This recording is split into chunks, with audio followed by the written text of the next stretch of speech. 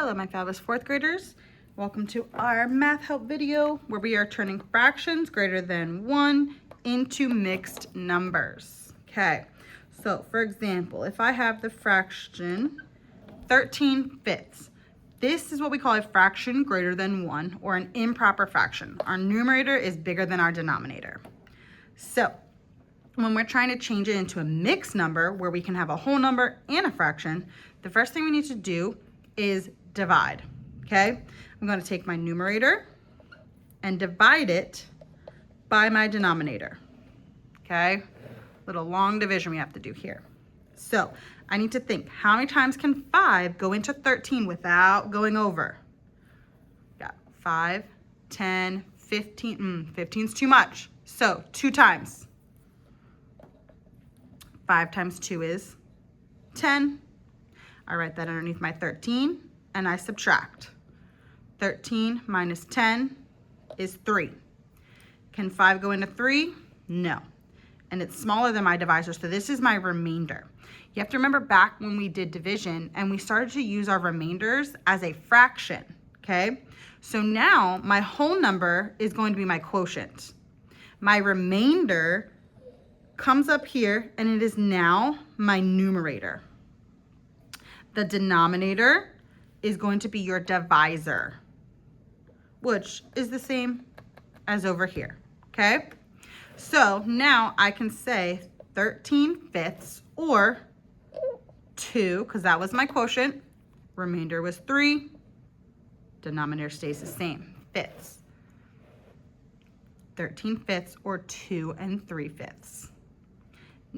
Let's do another one. All right, let's do 17/4.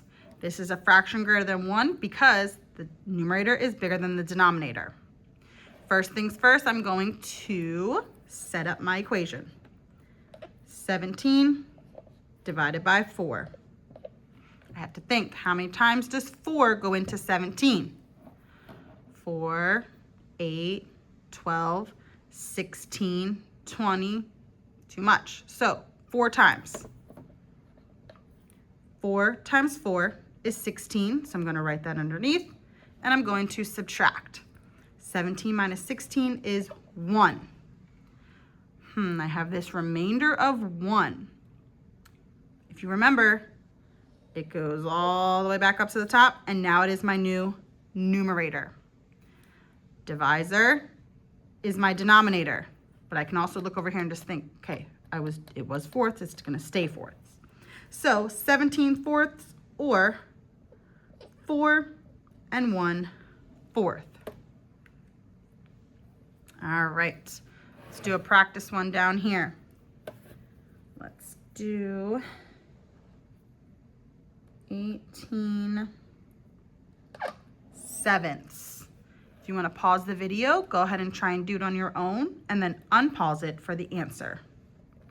All right, 18/7. I'm going to take 18, divide it by 7. Goes into this 2 times. 7 times 2 is 14. When I subtract, I get 4, which is smaller than my divisor, so it's going to be my remainder. Divisor is my denominator. So 18/7 or 2 4/7. All right, if I were you, I would do a couple practice ones, okay? Just make sure that your numerator is always bigger than your denominator, and then you can divide. Now, there will be times that you'll see something like if I did 18/6. Now, when I go to divide,